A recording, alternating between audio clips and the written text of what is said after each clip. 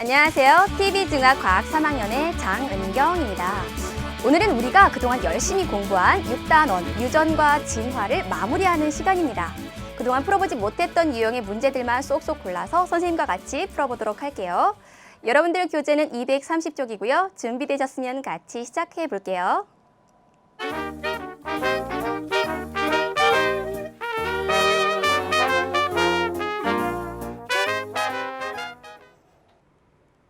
(230쪽) 6번부터 같이 볼까요? 그림은 잡종 1대의 황색 완두를 자가 수분시켜서 잡종 2대를 얻은 결과를 나타낸 것이다. 이에 대한 설명으로 옳은 것만을 보기에서 있는 대로 고른 것은 이라고 되어 있습니다. 이 실험 상황을 다시 한번 볼게요. 잡종 1대의 황색 완두를 자가 수분시켰더니 잡종 2대에서는 부모와 똑같은 황색을 띠는 자손 3개 나타날 때 부모와는 전혀 다른 녹색 완두가 하나의 비율로 나타났습니다. 그럼 이 녹색 완두는 어떻게 해서 나타난 걸까요? 그 과정을 자세히 살펴보도록 하면요. 어버이는 지금 황색 유전자와 녹색 유전자를 모두 가지고 있는 잡종입니다. 그런데 이 황색 유전자가 녹색 유전자에 비해서 우성이기 때문에 모두 다 황색으로 나타난 거죠. 그렇죠? 그런데 이러한 어버이가, 잡종 1대의 어버이가 생식세포를 만들 때에는요. 자신이 가지고 있는 유전 물질의 반을 한 쌍의 유전자 중에 반씩 나누어 가져서 각각을 생식세포에 전달을 합니다. 그럼 이때 이 생식세포들이 다시 결합을 해서 한 쌍의 유전자 구성을 다시 만들죠. 그래서 부모와는 다른 이런 유전자 조합의 자손이 태어날 수 있는 거죠. 이러한 과정을 우리가 분리 법칙이라고 했습니다. 그러면 이것과 관련된 보기에서 답을 골라보도록 할게요. 첫 번째 기억. 잡종 2대에서 우성과 열성의 분리의 비는 3대 1이다. 우성은 지금 완두 3개대에서는 황색을 띠는 것이 우성이죠. 그렇다면 열성인 것은 녹색인 것이죠. 그렇죠? 잡종 2대에서 황색인 것 3개 나타날 때 녹색인 것 하나에 3대 1의 비율로 나타납니다. 따라서 기억 맞고요. 다음 니은 볼게요. 잡종 2대에서 순종과 잡종의 분리의 비는 1대 1이다. 지금 여기 잡종 2대 보도록 할게요. 순종이라고 하는 것은 하나의 형질에 대해서 유전자 구성이 같은 그러한 개체를 우리가 순종이라고 하죠. 그럼 여기 잡종 2대에서 황색 유전자만 가지고 있는 경우 또는 녹색 유전자만 가지고 있는 경우, 이 경우를 우리가 순종이라고 하죠.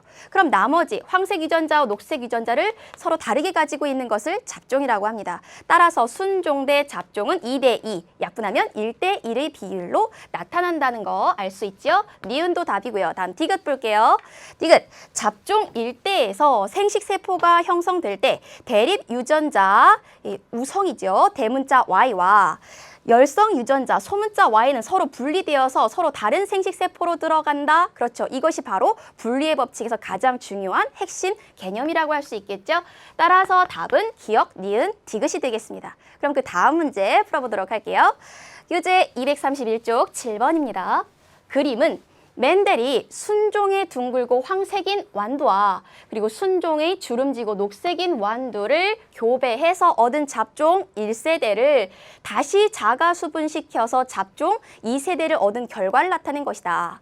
이에 대한 설명으로 옳은 것만을 보기에서 있는 대로 고른 것은 이라는 문제입니다.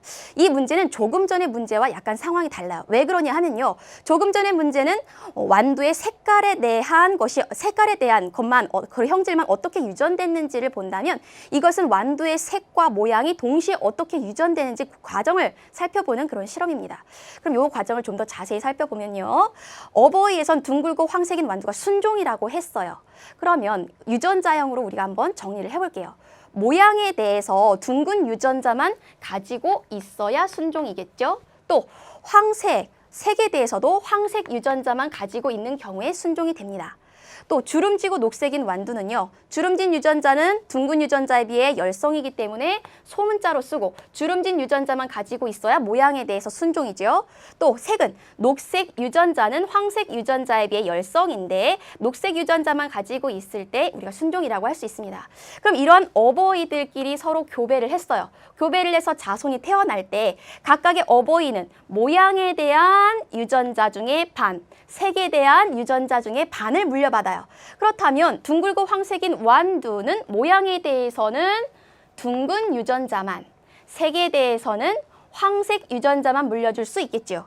그렇다면 주름지고 녹색인 완두는요, 모양에 대해서는 주름진 유전자를, 색에 대해서는 녹색 유전자만 물려줄 수 있습니다. 따라서 잡종 일대의 둥글고 황색인 완두는 유전자형으로 이렇게 쓸 수 있어요. 그런데 표현형이 둥글고 황색으로 나타났죠. 즉 둥근 것은 주름진 것에 비해 우성 형질이고 황색은 녹색에 비해 우성 형질이라는 걸 다시 한번 알 수 있고요. 이것을 자가수분시킵니다. 그럼 자가수분시키면 모양에 대해서 유전자 반, 색에 대해서 유전자 반을 물려줄 수 있어요. 그렇다면 생식세포는 총 몇 가지가 생길 수 있을까요? 이렇게 물려주는 경우, 이렇게 총 4가지 경우가 가능하겠죠. 그럼 각각의 4가지 생식세포가 그중에서 하나씩 만나서 결합을 한다면 4가지 생식세포들이 각각 그중에서 하나씩 선택받아서 결합을 한다면 총 16가지의 자손이 나타나게 됩니다. 그럼 이 16가지의 자손을 겉으로 드러난 표현형으로 다시 한번 구별을 한다면 둥글고 황색인 완두 대 둥글고 녹색인 완두, 그리고 주름지고 황색인 완두 대 주름지고 녹색인 완두가 총 몇 대? 9대, 3대, 3대 1의 비율로 나타나요. 근데 이 중에서 모양은 모양대로, 색은 색대로 다시 한번 구별을 해보도록 할게요. 지금 여기에는 모양은 몇 가지가 있죠? 둥근 것과 주름진 것 두 종류가 있지요. 둥근 것은 총 12개, 네, 주름진 것 총 4개, 즉 3대 1의 비율로 나타나는 걸 알 수 있어요. 색은요, 색은 황색인 것과 녹색인 것 두 종류가 있지요. 황색인 것은 12대, 녹색인 것 4의 비율, 즉 이것도 3대 1의 분리의 비율로 나타나는 걸 알 수 있습니다. 그럼 이것은 우리에게 어떤 정보를 주나요? 모양은 모양대로, 색은 색대로 각각 독립적으로 유전된다는 걸 알 수가 있죠. 따라서 이러한 과정을 우리가 독립법칙이라고 합니다. 그럼 아래에서 답을 찾아볼게요. 첫 번째, 기억. 잡종 2대에서 주름지고 녹색인 완두는 16분의 3의 비율로 나타난다. 주름지고 녹색인 완두는요, 전체 16개 중에 하나에 해당하는 비율로 나타나요. 그렇다면 16분의 3이 아니라 16분의 1의 비율로 고쳐야겠죠. 기억 틀립니다. 다음 니은 볼게요. 니은. 완두의 씨 모양과 색깔은 유전될 때 서로에게 영향을 준다? 서로에게 영향을 주지 않고 각각 독립적으로 유전된다라고 했지요. 따라서 니은 틀리고요. 다음 디귿 볼게요. 잡종 2대에서 얻은 황색 완두와 녹색 완두의 분리의 비와 둥근 완두와 주름진 완두의 분리의 비는 같다? 그렇죠. 둥근 것과 주름진 것의 분리의 비 3대 1. 색깔은 황색인 것 대 녹색에 대한 분리의 비 3대 1. 둘 다 분리의 비가 같습니다. 그래서 정답은 디귿만 해당되겠습니다. 그럼 그 다음 문제 풀어보도록 할게요.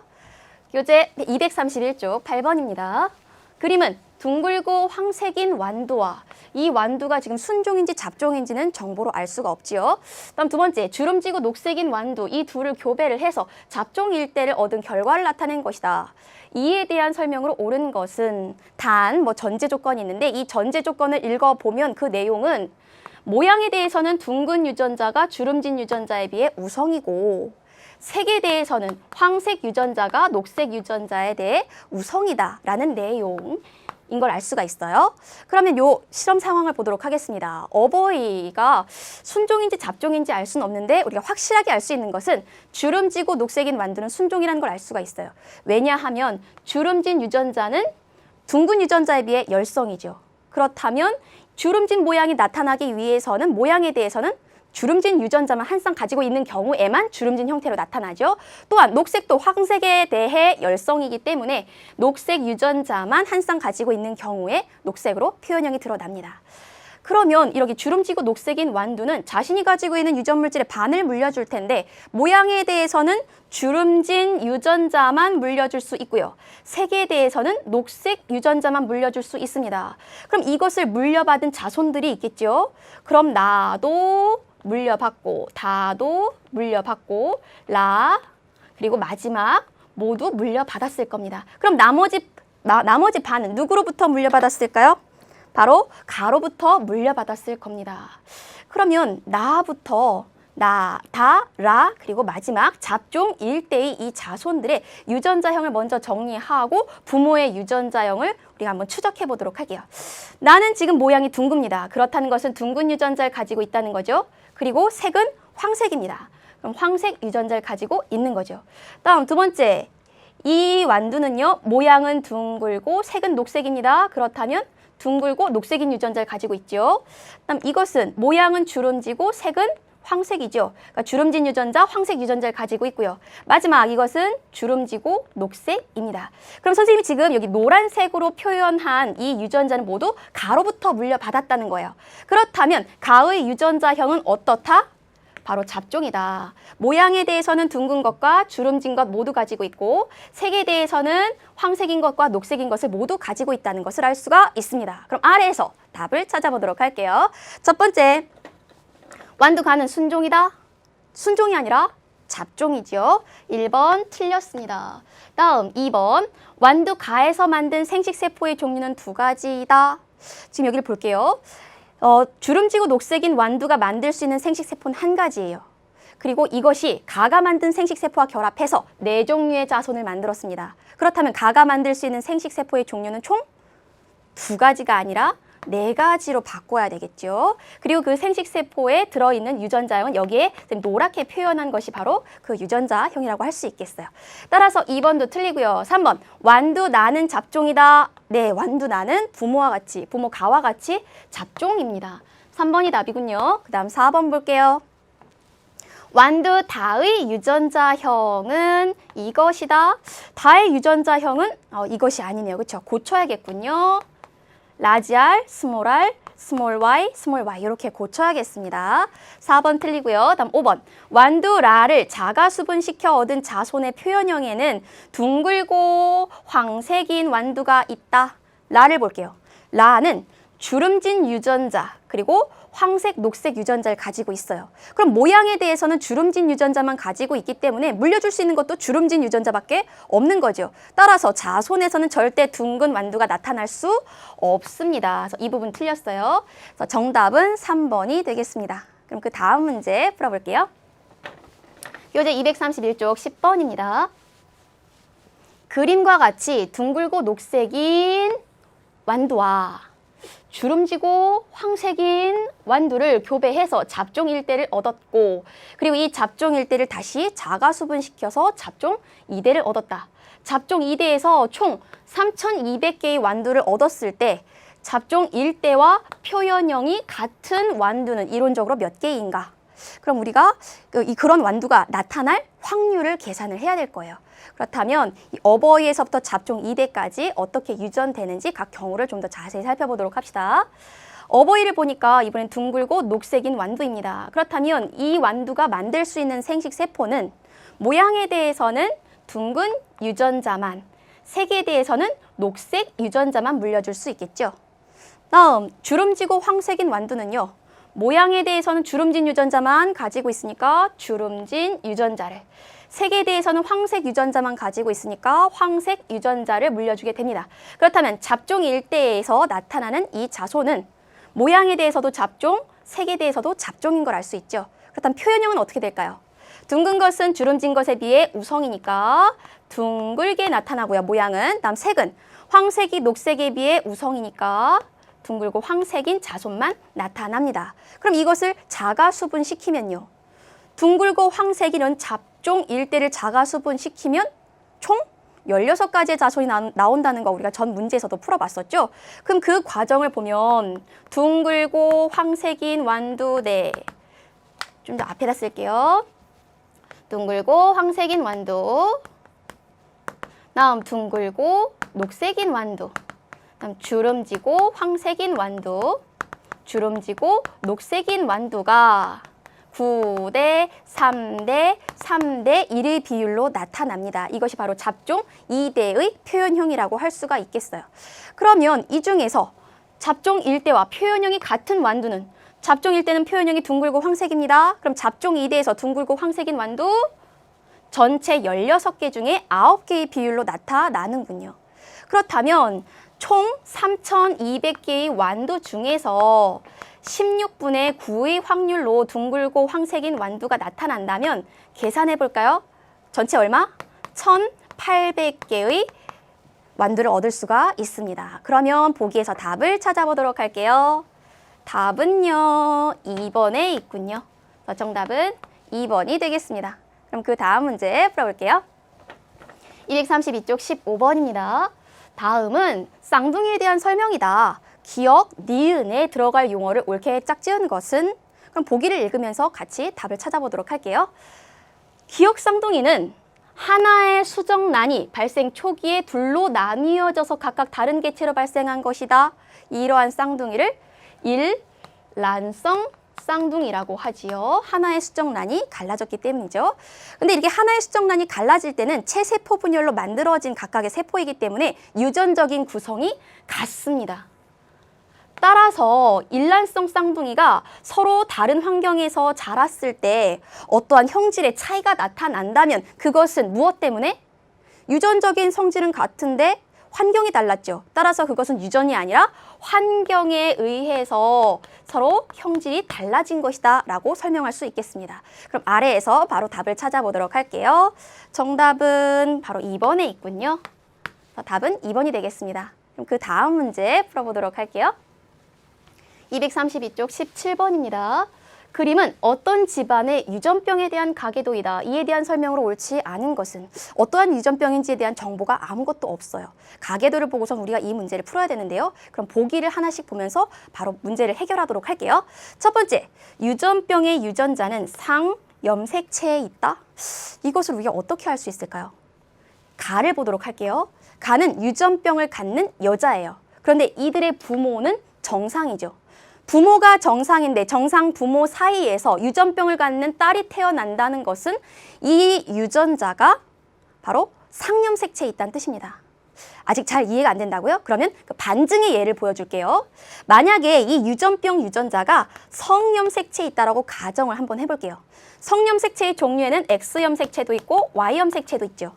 이 중에서 만약에 Y염색체에 그 유전인자가 있다면 남자에게서만 나타나겠죠? 그런데 지금 유전병이 나타난 가는 여자예요. 딸이에요. 그렇기 때문에 성염색체 중 Y염색체에 이 유전자는 있지 않습니다. 다음 두 번째, 성염색체 중 만약에 X염색체에 이 유전인자가 들어있다면 가정해 볼게요. 가는 여자죠. 딸이죠. 그렇다면 여자이기 때문에 X염색체 두 개를 가지고 있을 텐데 이때 이 두 개의 X염색체가 모두 다 유전병 유전인자를 가지고 있을 때에만 발현될 거예요. 왜 그러냐 하면 정상인 부모 사이에서 태어났기 때문에 정상인 부모 사이에서 유전병을 가진 자손이 태어났기 때문에 유전병 인자는 열성입니다. 그렇기 때문에 반드시 두 개의 쌍을 다 유전병의 인자가 들어있는 X염색체가 있는 경우에만 이 유전병이 발현되는 거죠. 그렇다면 이 X염색체 중에 하나는 아버지로부터 다른 하나는 어머니로부터 물려받았겠죠. 그런데 아버지는 남자예요. 아버지는 남자이기 때문에 X, Y 성염색체를 가져요. 그렇다면 아버지도 반드시 유전병을 앓고 있어야 합니다. 그런데 아버지는 정상이죠. 따라서 성염색체에 그중에서 X염색체에도 이 유전인자가 들어있지 않습니다. 그렇다면 결론, 이 유전병 유전인자는 상염색체에 있다라고 할 수가 있겠죠. 1번 맞고요. 다음 2번, 유전병 유전자는 정상 유전자에 대해 열성이다. 네, 맞습니다. 정상 부모 사이에서 유전병을 가진 이런 자손이 태어난 것은 유전병 이 자체가 열성 형질을 갖고 있기 때문이에요. 2번 맞고요. 3번, 가의 동생이 태어날 때 유전병을 나타내는 아이의 확률은 25%이다. 지금 동생을 낳는다고 해요. 그럼 이 동생이 유전병을 가질지 가지지 않을지는 부모의 유전자형을 모두 다 우리가 알고 있어야 돼요. 그럼 유전자형을 추적해 봅시다. 지금 상염색체에 이 유전병 유전자가 있다라고 했어요. 그럼 이 유전자를 우리가 대문자 A라고 나타낼게요. 근데 정상 유전자는 열성 유전자에 비해 유전병 유전자에 비해서 우성이니까 정상 유전자는 대문자 A, 그리고 이 유전병 유전자는 소문자 A라고 쓰겠습니다. 그렇다면 가는 지금 유전병을 앓고 있지요. 그렇다면 부모로부터 모두 다 유전병 유전자를 물려받았다는 것입니다. 그렇다면 아버지도 유전병 인자를, 어머니도 유전병 인자를 가지고 있었기 때문에 그것을 물려받은 거죠. 그런데 아버지, 어머니 둘 다 정상이에요. 그렇다면 아버지도 정상 유전자, 어머니도 정상 유전자를 가지고 있다는 겁니다. 그럼 이 둘을 옆에다가 다시 가계도를 그릴게요. 아버지, 어머니 둘 다 정상인 그런 사람인데 이들 사이에서 자손이 이제 태어날 거예요. 동생이 태어날 거예요. 그러면 각각이 만들 수 있는 생식 세포들이 이제 결합을 하는 경우의 수가 있을 텐데 총 몇 가지의 경우의 수가 있을까요? 아버지로부터 정상 유전자, 어머니로부터 정상 유전자를 물려받는 경우, 또 아버지로부터 정상 유전자를 물려받고 어머니로부터 유전병 유전자를 물려받는 경우, 또 아버지로부터 유전병 유전자를 물려받고 어머니로부터 정상 유전자를 물려받는 경우, 마지막 양쪽 부모로부터 모두 유전병 유전인자를 물려받는 경우 총 4가지 경우가 생깁니다. 근데 이 중에서 정상 유전자는 유전병 유전자에 비해서 우성이니까 당연히 정상이고 이 둘도 정상이 되겠죠. 그렇다면 유전병을 가질 확률은 전체 4개 중에 하나, 4분의 1의 확률이죠. 이것을 퍼센트로 나타내면 25%가 됩니다. 따라서 3번도 맞는 말이고요. 다음 4번 보도록 할게요. 가는 부모에게서 유전병 유전자를 각각 하나씩 물려받았지요. 그래서 유전병이 나타났고요. 마지막 5번. 이 가계도에서 유전병 유전자를 가지고 있지 않은 구성원은 4명이다. 그럼 정상인 사람들 중에서 유전병 유전자를 가지고 있지 않은지 파악하면 되겠네요.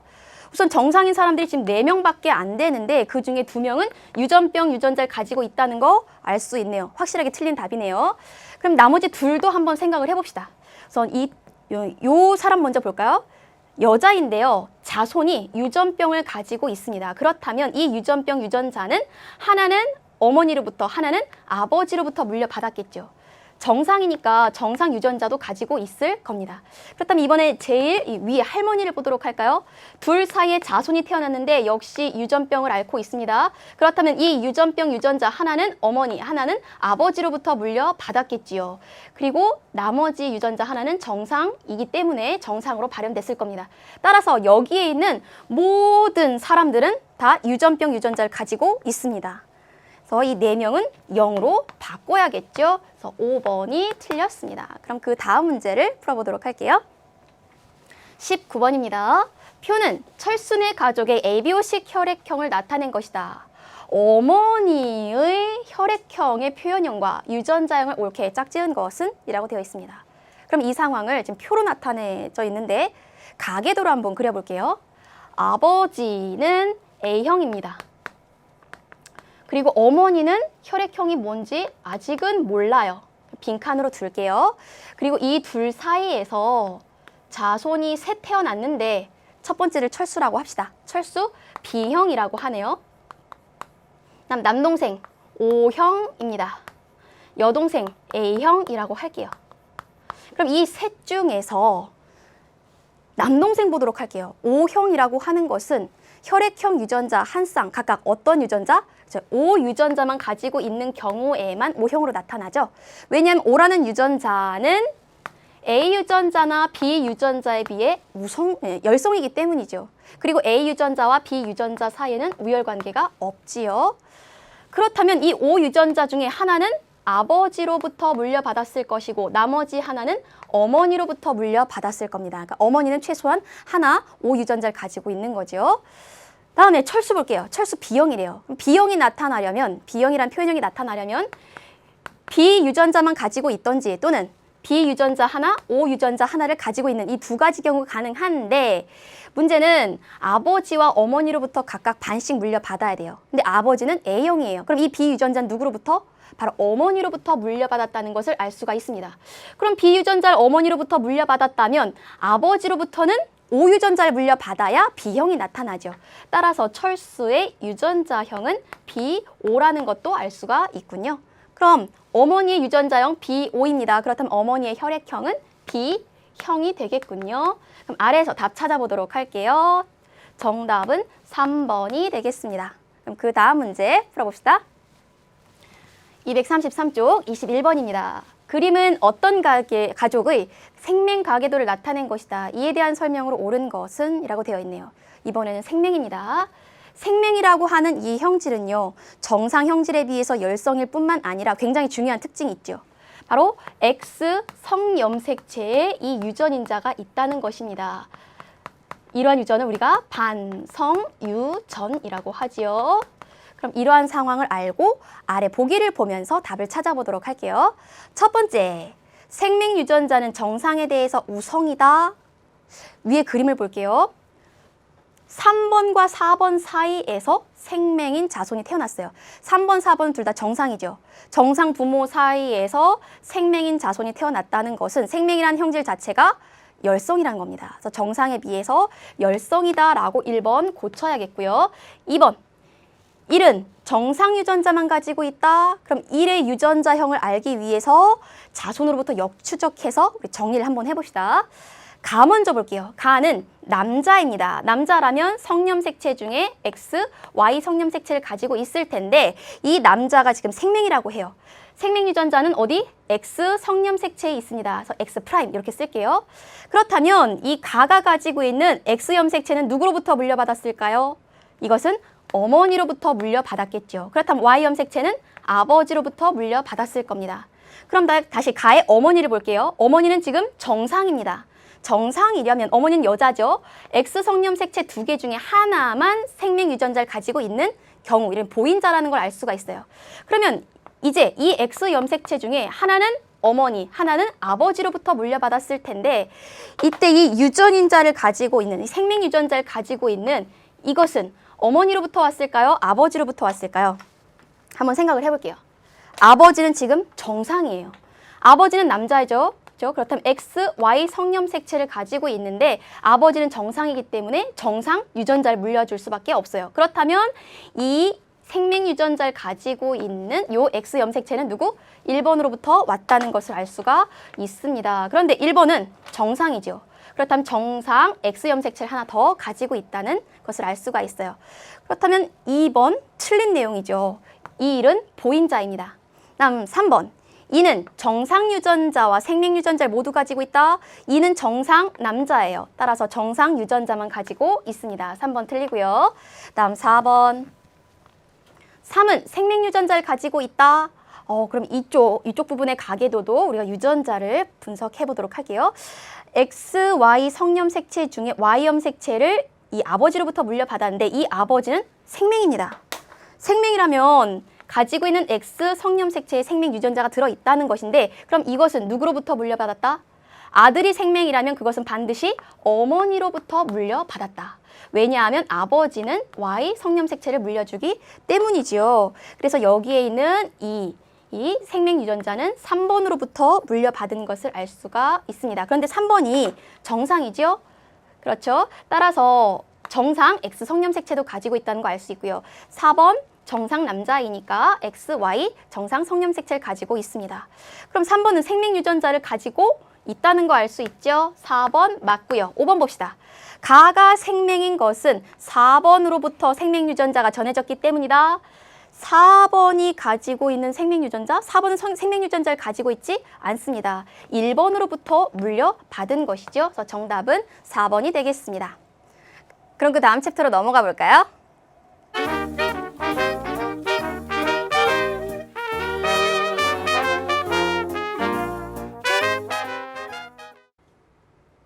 그럼 그 다음 문제 이어서 계속 풀어볼게요. 22번입니다.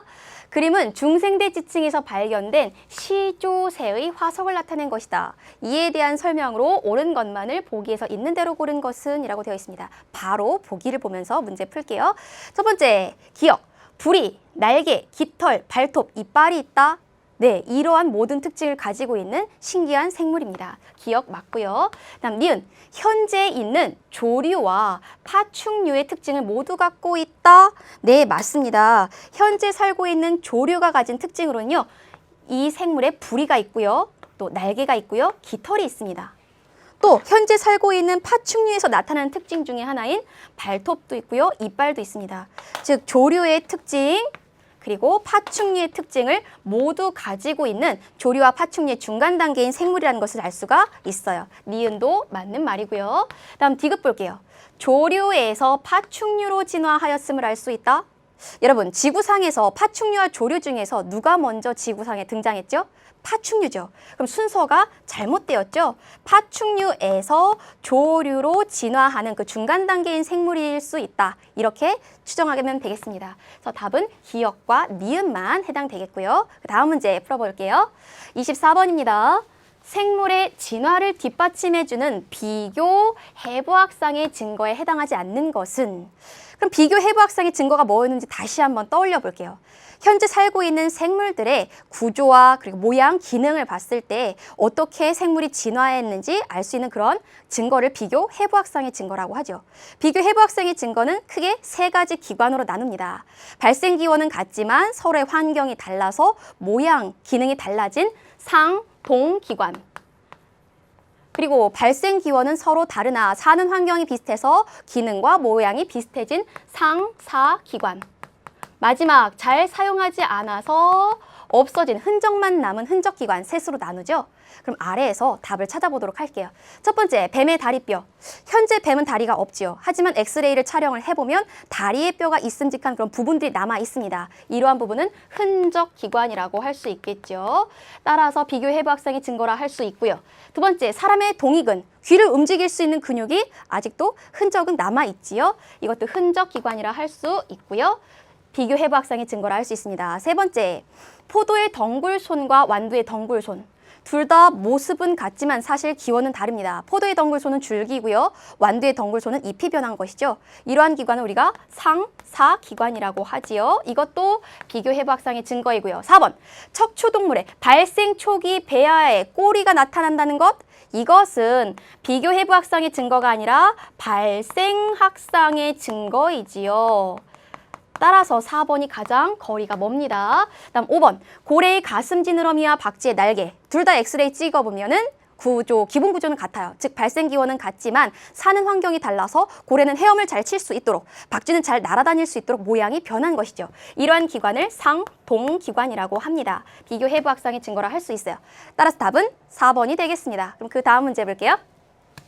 그림은 파나마 지역을 경계로 지역 A와 B에 서식하는 두 종류의 놀래기를 나타낸 것이다. 이 그림과 관련 깊은 진화의 요인은? 둘 다 놀래기라는 같은 종이었을 거예요. 그런데 사는 곳을 보니 이 파나마라는 이 지역에 의해서 사는 곳이 나누어졌어요. 그래서 A에 사는 놀래기는 이렇게 푸른색 모습으로, B에 사는 놀래기는 이렇게 갈색의 모습으로 같은 종이 이렇게 서로 다르게 분화되었습니다. 그럼 이렇게 된 진화의 원인은 뭐다? 사는 곳이 나누어졌다. 이러한 과정을 격리되었다라고 하지요. 그래서 아래에서 격리와 관련된 내용을 찾으면 되겠습니다. 그럼 답은 바로 나왔네요. 2번이 되겠습니다. 그럼 그 다음 문제 풀어볼게요. 교재 234쪽 28번입니다. 그림은 진화의 원리를 알아보기 위한 실험이다. 이에 대한 설명으로 옳은 것만을 보기에서 있는 대로 고른 것은? 과정을 쭉 살펴봅시다. 한 사람이 인조 잔디에서 초록색과 빨간색 클립을 각각 20개씩 골고루 뿌립니다. 인조 잔디 무슨 색이죠? 초록색이죠. 초록색. 그런 다음에 다른 사람이 10초 동안 눈에 띄는 클립을 집어냅니다. 그렇다면 어떤 클립이 더 많이 집어낼 수 있을까요? 눈에 잘 띄는 빨간색 클립이겠죠. 그래서 다 집어낸 클립의 수와 인조 잔디에 남아있는 클립의 수를 기록합니다. 그럼 집어낸 클립의 수에는 눈에 잘 띄는 빨간색이 많을 것이고, 인조잔디에 계속 남아있는 클립은 인조잔디와 색이 비슷한 초록색 클립이겠죠. 그럼 갑자기 진화 얘기를 하다가 뜬금없이 웬 클립 얘기를 하느냐? 이것이 우리가 알고 있는 그런 진화설 한 가지와 관련이 깊습니다. 바로 자연 선택설입니다. 자연 선택설. 주변의 환경이 초록색으로 변하게 되면 빨간색 생물은 눈에 잘 띄어서 천적으로부터 많이 잡아먹히죠. 그렇다면 주변의 환경과 비슷한 색깔을 가지고 있는 초록색 생물이 자연으로부터 선택받아서 계속 그 종을 보존할 수 있다라는 것이죠. 그럼 아래에서 답을 찾아볼게요. 기억. 이 실험은 자연 선택이 어떻게 진화를 일으키는지 알아보기 위한 실험 맞습니다. 기억 맞고요. 다음 니은 볼게요. 인조 잔디에는 빨간색 클립이 초록색 클립보다 더 많이 남아있다? 아니죠. 빨간색은 인조 잔디에서 눈에 더 확 띄죠. 그러니까 더 많이 집어냈을 수 있어요. 니은 틀리고요. 다음 디귿. 초록색과 빨간색 클립이 특정한 몸의 색깔을 가진 생물이라면 나는 격리가 일어나는 과정이다. 빨간색 클립이 지금 그 인조 잔디에서부터 떨어져 나갔죠. 즉 도태되었죠. 이 과정은 격리가 아니라 자연으로부터 선택받는 과정입니다. 격리를 자연 선택으로 바꿔야 합니다. 그래서 디귿 틀립니다. 따라서 답은 기역만 해당되겠네요. 그럼 그 다음 문제 살펴보도록 할게요. 235쪽 32번입니다. 다음은 다음 생물들이 가지고 있는 공통적인 특징은 생물 4종류가 있네요.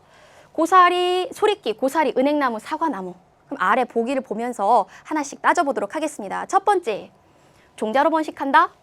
이 중에서 종자로 번식할 수 있는 생물은 은행나무와 사과나무밖에 없습니다. 이 둘은 유성생식할 수 있는 생물이고요. 나머지 소리끼와 고사리는 포자로 번식하는 무성생식하는 생물이지요. 따라서 전체 공통점이라 할 수 없고요. 2번, 관다발이 발달해 있다. 이 중에서 관다발을 가지고 있지 않은 생물이 있어요. 누구? 소리끼는 관다발이 없습니다. 따라서 2번도 공통점이라 할 수 없고요.